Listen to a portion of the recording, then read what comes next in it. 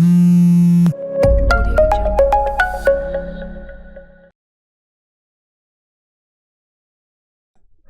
दोस्तों, स्वागत है आप सभी का स्लीपी क्लासेस में। तो आज के प्रीमिक्स में हम 5 क्वेश्चन डिस्कस करेंगे आपके पॉलिटी से रिलेटेड, जो कि आपके एग्जाम पॉइंट ऑफ व्यू से काफ़ी ज़्यादा इंपॉर्टेंट है।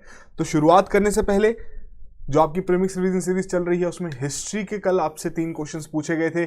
सॉल्यूशंस देख लेते हैं एक बार। तो पहले क्वेश्चन में आपको आर में क्या कहा गया था, कुछ स्टेटमेंट्स दी गई थी, आपसे बोला गया था कि बताइए कौन सी पर्सनालिटी के बारे में यहाँ पर बात की जा रही है। यहाँ पर आपका करेक्ट आंसर था सी ऑप्शन, वीर सावरकर। ठीक है जी। सेकंड क्वेश्चन, यहाँ पर आपको नॉन कोऑपरेशन मूवमेंट से रिलेटेड आपको कुछ स्टेटमेंट दी गई थी, बताना था इनमें से कौन सी इनकरेक्ट है। यहाँ पर आपकी पहली ही स्टेटमेंट इनकरेक्ट थी, उसी के आधार पर डी ऑप्शन करेक्ट ऑप्शन है। क्यों इनकरेक्ट? कि आपका जो सेशन है नागपुर में नहीं, आपका कैलकाटा में हुआ था। ठीक है जी। आखिरी में देख लेते हैं, यहाँ पर आपको कुछ स्टेटमेंट्स दी गई थी, बोला गया था कि बताइए इनमें से कौन सी डांस फॉर्म के बारे में ये इन स्टेटमेंट्स में बात हुई है। तो यहाँ पर आपकी पहली ऑप्शन करेक्ट ऑप्शन थी कथकली। तो इसमें जिसने भी करेक्ट आंसर किया है तो वो हमने विनर अनाउंस कर चुके हैं। हमारे यूट्यूब कम्युनिटी पोस्ट को आप जाके चेक कर सकते हैं, इंस्टाग्राम की स्टोरीज देख सकते हैं। ठीक है जी।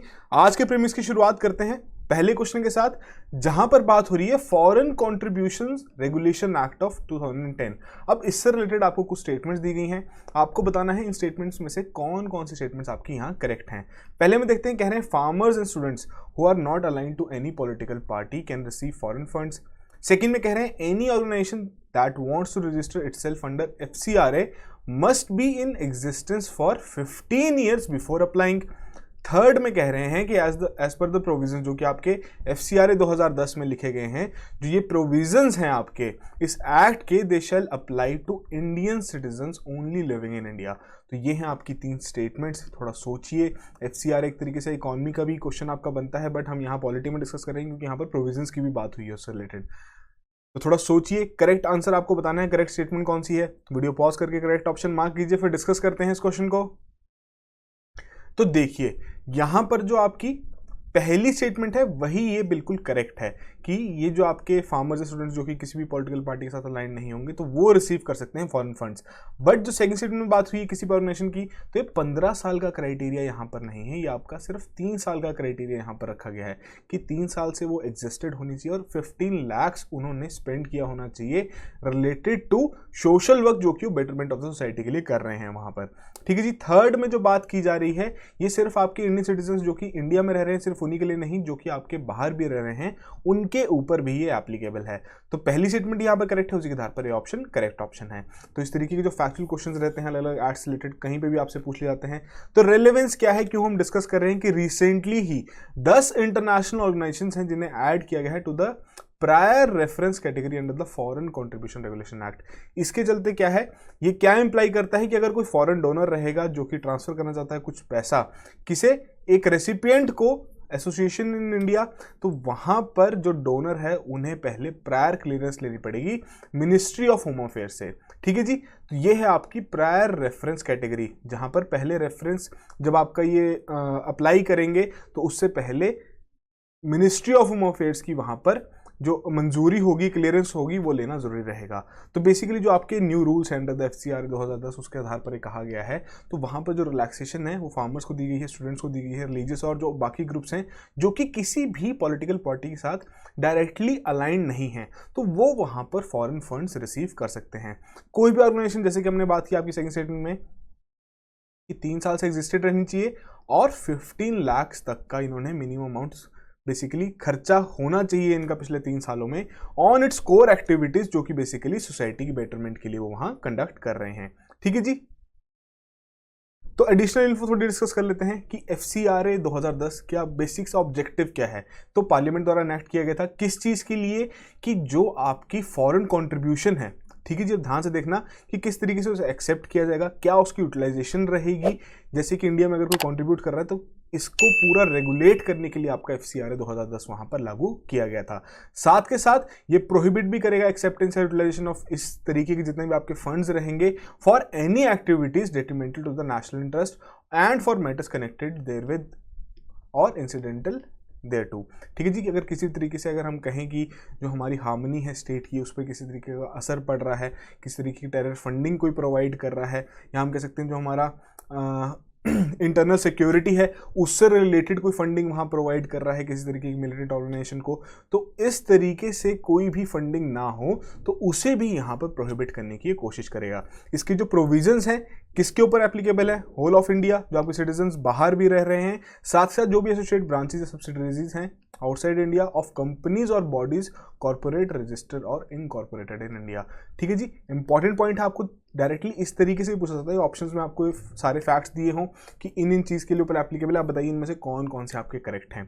तो काफ़ी इंपॉर्टेंट है आपके एग्जाम पॉइंट ऑफ व्यू से, रिसेंटली आपका न्यूज़ में रहा है। अगले क्वेश्चन की ओर बढ़ते हैं।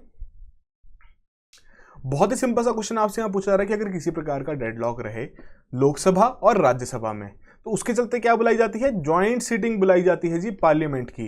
तो कौन से आपके ऐसे बिल्स हैं या लेजिस्लेशन है जिसके लिए ये बुलाई जाती है। तीन ऑप्शंस आपको यहाँ दी गई हैं, आपको इन कोड्स के आधार पर बताना है कि कौन सी करेक्ट ऑप्शन है। पहले में कह रहे हैं ऑर्डिनरी लेजिस्लेशन, सेकंड में कह रहे हैं मनी बिल और थर्ड में कह रहे हैं कॉन्स्टिट्यूशनल अमेंडमेंट बिल। तो तीन ऑप्शन दी गई हैं, थोड़ा सोचिए इसके बारे में, करेक्ट ऑप्शन मार्क कीजिए, फिर डिस्कस करते हैं इस क्वेश्चन को। तो देखिए यहां पर आपकी करेक्ट ऑप्शन है ऑर्डिनरी लेजिस्लेशन के लिए यहां पर ये आपका यूज किया जाता है ज्वाइंट सीटिंग का प्रोविजन। क्यों मनी बिल के लिए क्यों नहीं किया जाएगा, क्योंकि मनी बिल से रिलेटेड अगर कोई भी डेडलॉक आता है तो वहां पर आपका जो लोकसभा रहेगा उन्हीं की ही सुनवाई रहेगी कि वो जो कहेंगे बेसिकली वही माना जाएगा। वही बात रही कॉन्स्टिट्यूशनल अमेंडमेंट बिल के बारे में, तो बेसिकली सेपरेटली दोनों हाउसेज द्वारा ये पास होना जरूरी है। ठीक है जी, इसमें आपका डेडलॉक तक बात नहीं पहुंच सकती कि अगर बेसिकली अगर दोनों हाउसेज से पास होगा तभी ये आगे बढ़ेगा। उसी के आधार पर सिर्फ ऑर्डिनरी लेजिस्लेशन के लिए ही आपका डेडलॉक अगर होगा तो वहां पर ज्वाइंट सीटिंग बुलाई जाएगी पार्लियामेंट की। और इसके आधार पर अगर हम देखें तो क्या है ये ज्वाइंट सीटिंग, एक एक्स्ट्रॉर्डिनरी मशीनरी यहाँ पर प्रोवाइड की गई है कॉन्स्टिट्यूशन में कि अगर दोनों जो हाउसेज हैं हमारे पार्लियामेंट के उनके बीच में कोई डेडलॉक रहे, कोई आपस में हम कह सकते हैं कि नहीं बन रही है किसी एक बिल से रिलेटेड बात, एक कह रहे हैं हमें इसे पास करना चाहिए, कह रहे हैं हमें इसे पास नहीं करना चाहिए, तो बेसिकली वहाँ पर आपकी ज्वाइंट सीटिंग का ये जो प्रोविजन है ये हमारे संविधान में रखा गया है। ठीक है जी, तो बेसिकली इसमें क्या रहेगा कि पहली बात तो जो आपके ऑर्डिनरी बिल्स रहेंगे उनके ऊपर एप्लीकेबल रहेगा, और जो फाइनेंशियल बिल्स रहेंगे। अब ये फाइनेंशियल बिल्स कौन से हैं, जो कि 117 आर्टिकल में मेंशन्ड है। मनी बिल आपका किस में आता है, 110 में। इंपॉर्टेंट है दोनों के बीच में आपको डिफरेंशिएशन होना। ठीक है जी, वहीं बात करें in case of the money bill, जैसे कि हमने बात की लोकसभा के पास यहां पर ओवरराइडिंग पावर्स हैं। कॉन्स्टिट्यूशनल अमेंडमेंट बिल में तो एक साफ साफ लिखा गया है अगर इसे पास करना है तो दोनों ही हाउसेस सेपरेटली इसे पास करेंगे। अब बात आती है ज्वाइंट सीटिंग के बारे में, और क्या इंपॉर्टेंट चीज है कि जो स्पीकर रहेंगे लोकसभा के वो प्रिसाइड करेंगे over a joint sitting of the two houses, और अगर वो एब्सेंट है तो वहां पर डिप्टी स्पीकर रहेंगे। सपोज आपके डिप्टी स्पीकर भी वहां पर एब्सेंट है, उस तरीके की जॉइंट मीटिंग को वो अटेंड नहीं कर पा रहे, तो जो आपके डिप्टी चेयरमैन रहेंगे राज्यसभा के वो वहां पर प्रिसाइड करेंगे। इंपॉर्टेंट फैक्ट्स हैं, बहुत ही सिंपल सा क्वेश्चन आपसे यहाँ पूछा गया था, तो आई होप आपने इसको करेक्टली मार्क किया हो। अगले क्वेश्चन की ओर बढ़ते हैं। थर्ड क्वेश्चन बहुत ही सिंपल चीज दोबारा से आपसे पूछ ली गई। आज हम सिंपल फैक्ट्स आपके दोबारा रिवाइज कर लेंगे कि which of the following is or are among the fundamental duties जो कि आपके इंडियन कॉन्स्टिट्यूशन में लिखी गई हैं। तो यहाँ आपको 4 ऑप्शंस दी गई हैं और उसी के चलते 4 कोड्स यहाँ प्रोवाइड किए गए हैं। पहले में कह रहे हैं to safeguard public property and to observe violence. Second में कह रहे हैं to uphold and protect sovereignty, unity and integrity of India. और थर्ड में कह रहे हैं to exercise right to vote in election. Fourth में कह रहे हैं टू पे टैक्सेस रेगुलरली। तो ये 4 ऑप्शंस आपको दी गई हैं, थोड़ा सोचिए इसके बारे में। बहुत सिंपल चीज आपसे यहाँ पूछी गई है, करेक्ट ऑप्शन मार्क कीजिए, फिर डिस्कस कर लेते हैं एक बार इस क्वेश्चन को। तो देखिए यहां पर आपकी करेक्ट ऑप्शन क्या है, बी ऑप्शन की पहले 2 ही आपकी फंडामेंटल ड्यूटीज हैं। तो जितने भी हमारे आर्टिकल रहते हैं इस तरीके के, पहली बात तो फंडामेंटल ड्यूटीज आपके कौन से आर्टिकल से रिलेटेड है, तो ये है आपके आर्टिकल 51A से। ठीक है जी, तो 1976 में जो हमारी फंडामेंटल ड्यूटीज हैं सिटीजन्स की वो ऐड की गई थी हमारे संविधान में, एंड 2002 में आपकी एक और फंडामेंटल ड्यूटी ऐड की गई थी। क्या थी वो, कि बेसिकली अपॉर्चुनिटीज प्रोवाइड करनी है for the education of his child or ward between the age of 6 and 14 years. और ये थी आपकी 86 कॉन्स्टिट्यूशनल अमेंडमेंट एक्ट के आधार पर ये ऐड की गई थी फंडामेंटल ड्यूटी। जितने भी हमारे डीपीएसपी रहते हैं, फंडामेंटल ड्यूटीज हैं, फंडामेंटल राइट्स हैं, ये सारे ही एग्जाम पॉइंट ऑफ व्यू से बहुत इंपॉर्टेंट रहते हैं। आपको सारी चीज़ें टिप्स पे याद होनी चाहिए, क्वेश्चन किसी भी तरीके से आए तो वहाँ पर आप आंसर कर सकें। ठीक है जी, काफ़ी सिंपल सा क्वेश्चन था ये। तो अगले क्वेश्चन की ओर बढ़ते हैं, फोर्थ के ऊपर, कह रहे हैं consider the following statements with reference to the special provisions for the state of Manipur. अब आपके हर एक स्टेट के जो प्रोविजंस है स्पेशल, वो आपके लक्ष्मीकांत में अलग से मेंशन है, वहीं से ही आपके लिए क्वेश्चन ने तैयार किया गया है। 2 स्टेटमेंट्स दी गई हैं, पूछा जा रहा है इनमें से कौन कौन सी करेक्ट हैं। पहले में कह रहे हैं जो आपका आर्टिकल 371B है कॉन्स्टिट्यूशन का, वो प्रोवाइड करता है for the special provisions for the state of Manipur. Second में कह रहे हैं जो गवर्नर हैं वो ऑथोराइज हैं कि वो प्रोवाइड कर सकें for the creation of a committee of the Manipur assembly consisting of the members, जो कि आपके हिली एरियाज जो स्टेट के हैं वहीं से ही इलेक्ट किए जाएंगे। तो 2 स्टेटमेंट्स दी गई हैं, थोड़ा सोचिए जो मणिपुर के लिए स्पेशल प्रोविजंस रखे गए हैं उनके आधार पर कौन कौन सी स्टेटमेंट्स यहाँ करेक्ट हैं। करेक्ट ऑप्शन मार्क कीजिए, फिर डिस्कस करते हैं इस क्वेश्चन को। तो देखिए जो ये बात की गई है 371B में, अब आपके आर्टिकल जो मेन है जिसमें सारे प्रोविजंस रखे गए हैं अलग अलग स्टेट्स के, तो वो है आर्टिकल 371। अब ABC जितने के आधार पर अगर आप देखें तो अलग अलग स्टेट्स को अलग अलग यहां पर आपका ABC का क्राइटेरिया दिया गया है। तो जो मणिपुर से रिलेटेड है वो है आपका C में, ठीक है जी, आर्टिकल 371C में। और यहां पर जो ये पावर की बात की गई है कि किसी कमेटी की क्रिएशन की जाएगी, तो ये आपके गवर्नर के पास नहीं, ये आपके प्रेसिडेंट के पास है पावर। तो यहां पर आपकी दोनों ही स्टेटमेंट्स इनकरेक्ट हैं और उसी के आधार पर डी ऑप्शन करेक्ट ऑप्शन है। ठीक है जी, बहुत सिंपल सा क्वेश्चन आपसे दोबारा से पूछ लिया गया कि पहली बात तो आर्टिकल 370C में आपकी बात की गई है जिसमें आपके स्पेशल प्रोविजंस रखे गए हैं मणिपुर स्टेट के लिए। अब यहाँ प्रेसिडेंट के पास है पावर है इस तरह की कमेटी की स्थापना करने की। इंपॉर्टेंट क्या है इस लाइन में कि जो असेंबली रहेगी, जो कि आपकी इसकी तरह की कमेटी रहेगी मणिपुर लेजिस्लेटिव असेंबली की, उसमें जो मेंबर्स रहेंगे वो आपके hilly areas of the state से ही इलेक्ट किए जाएंगे। साथ के साथ president can also direct the governor that shall have special responsibility, ताकि वो सिक्योर कर सकें proper functioning of that committee.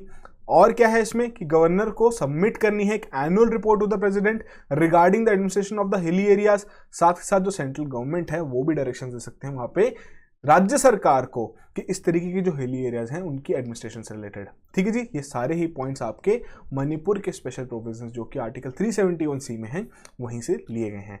तो अगले क्वेश्चन की ओर बढ़ते हैं। सिंपल सा क्वेश्चन था ये भी। अब 5th क्वेश्चन देखते हैं। अब यहां बात कर रहे हैं right to freedom of religion. अब इससे रिलेटेड आपको यहां 3 स्टेटमेंट्स दी गई हैं, पूछा जा रहा है इनमें से कौन कौन सी स्टेटमेंट्स आपकी करेक्ट हैं और उसी के आधार पर आपको 4 कोड्स यहां प्रोवाइड किए गए हैं। पहले में कह रहे हैं that the state should not spend any public money, जो कि कलेक्ट की जाएगी किस तरीके से, टैक्स से। किस चीज के लिए स्पेंड नहीं कर सकते, फॉर द प्रमोशन और maintenance of any particular religion.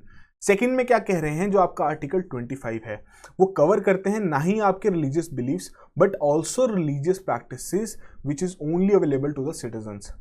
Third में कह रहे हैं जो आपके स्पेशल जो बेसिकली आर्टिकल 25 है वो गारंटी करता है राइट्स ऑफ इंडिविजुअल्स, और जो आपका आर्टिकल 26 है वो गारंटी करता है राइट्स ऑफ रिलीजियस डिनोमिनेशंस। तो यहाँ आपको 3 स्टेटमेंट्स दी गई हैं right to freedom of religion से रिलेटेड। थोड़ा सोचिए इसके बारे में, करेक्ट ऑप्शन मार्क कीजिए, फिर डिस्कस करते हैं एक बार इस क्वेश्चन को। तो देखिए यहाँ पर जो सेकंड स्टेटमेंट में बात हो रही है, बहुत सिंपल सी बात लिखी गई है कि जो आपका आर्टिकल 25 है वो कवर करता है ना ही रिलीजियस बिलीव्स को बट रिलीजियस प्रैक्टिसेस को भी। अब देखिए इतनी बात तो यहाँ करेक्ट है, बट ये आपके सिर्फ सिटीजन्स तक ही आपकी सीमित नहीं है, जो नॉन सिटीजन्स हैं उनके लिए भी ये आर्टिकल आपका एप्लीकेबल है, उन्हें भी ये आर्टिकल कवर करता है। ठीक है जी, तो यहाँ आपकी सेकंड स्टेटमेंट गलत होगी, पहली और थर्ड आपकी करेक्ट है और उसी के आधार पर सी ऑप्शन करेक्ट ऑप्शन है। तो बेसिकली जितने भी आपके इस तरीके के आर्टिकल्स हैं आपको पता होना पहली बात बहुत ज़रूरी है। 25 के बारे में ही बात कर लेते हैं। जैसे कि हमने बात की रिलीजियस बिलीफ्स को तो ये आपके कवर करेगा ही, साथ के साथ रिलीजियस प्रैक्टिसेस को भी बिलीव करेगा, और जो आपके आर्टिकल्स हैं ये सभी व्यक्तियों के ऊपर एप्लीकेबल है कि सिटीजन्स भी हो नॉन सिटीजन्स भी हो उनके लिए भी ये आपका आर्टिकल उन्हें कवर करेगा। ठीक है जी, उसी से रिलेटेड आपको बाकी चीज़ें यहाँ पर और बताएगी। यहाँ आर्टिकल 27 के बारे में कहा गया कि कोई भी व्यक्ति शैल नॉट बी कंपेल्ड कि वो किसी प्रकार के टैक्सेस पे करे ताकि किसी भी तरीके का कोई रिलीजन है उसकी मेंटेनेंस या प्रमोशन पर वो पैसा खर्च किया जा सके। ठीक है जी, मतलब दूसरे शब्दों में क्या कह सकते हैं कि state should not spend any public money, जो कि आपके टैक्स के माध्यम से कलेक्ट किया जा रहा है ताकि किसी भी एक पर्टिकुलर रिलीजन की वहाँ पर प्रमोशन हो ना ही मेंटेनेंस हो। इंपॉर्टेंट पॉइंट्स हैं, आई होप आपने इस क्वेश्चन को करेक्टली मार्क किया होगा। तो आज के हमारे 5 क्वेश्चन यहीं खत्म होते हैं। काफ़ी सिंपल से और बेसिक से क्वेश्चन आज हमने रिवाइज किए हैं जो कि आपके यूपीएससी एग्जाम में आते हैं, बट हम कई बार रिवीजन मेन चीज़ों का ही करते हैं कि बेसिक चीज़ें हम वहाँ पर रिटेन नहीं कर पाते हैं। तो उसी लिए आज थोड़े बेसिक्स क्वेश्चन आज हमने डिस्कस किए हैं। आई होप आप में से सभी नहीं बहुत ईजिली यहाँ पर 5 आउट ऑफ 5 स्कोर किया हो, बट स्टिल जो भी आपका स्कोर रहा है कमेंट बॉक्स में ज़रूर मेंशन कीजिए और इसी तरीके से रेगुलरली इस इनिशिएटिव को फॉलो कीजिए। कुछ ही समय बचा है प्रीलिम्स के लिए, अब आपको ज़रूरत है ज़्यादा से ज़्यादा प्रैक्टिस करने का, और आपकी इसी ज़रूरत को पूरा कर रहे हैं हम अपनी प्रीमिक्स रिवीजन सीरीज़ के माध्यम से, जिसमें आपसे 3 क्वेश्चंस पूछे जाते हैं पुराने प्रीमिक्स से। सिलेबस आपको एक दिन एडवांस में दिया जाता है।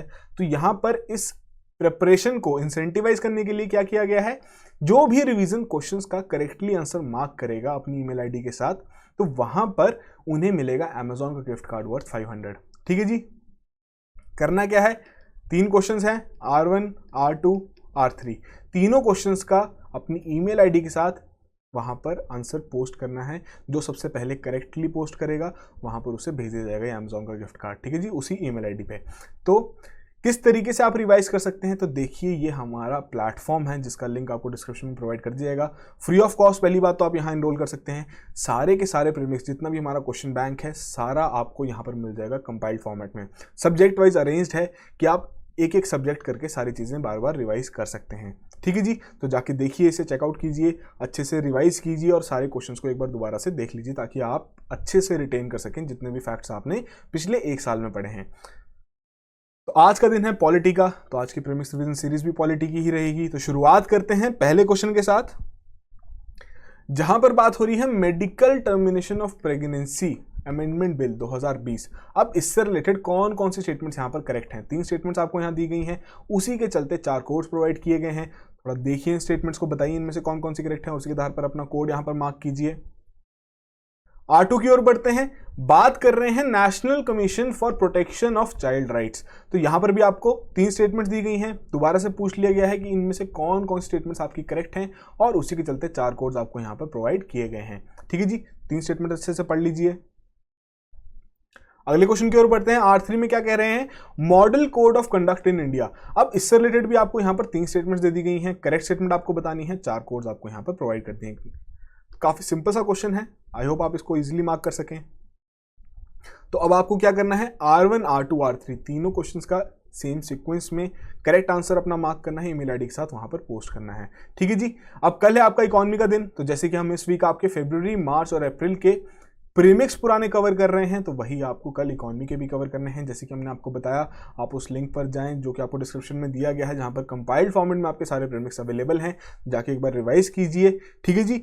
और क्या इनिशिएटिव्स हैं हमारे आपकी प्रीलिम्स की प्रिपरेशन को लेके, कि पहली बात प्रीलिम्स क्रैश कोर्स है, अगर आपको करंट पोर्शन दोबारा से रिवाइज करना है उसकी ऑप्शन अवेलेबल है। अगर आपको स्टैटिक और करंट दोबारा से एक बार पढ़ना है तो वो भी ऑप्शन है। समय है वैसे प्रीलिम्स टेस्ट सीरीज लगाने का, जितने ज़्यादा क्वेश्चंस आप लगाएंगे, जितने ज़्यादा आप बेसिकली क्वेश्चन सॉल्व करेंगे, उतना ही ज़्यादा आपके अंदर कॉन्फिडेंस आएगा और एग्जाम हॉल में आप उसी ही कॉन्फिडेंस के साथ एंटर करेंगे।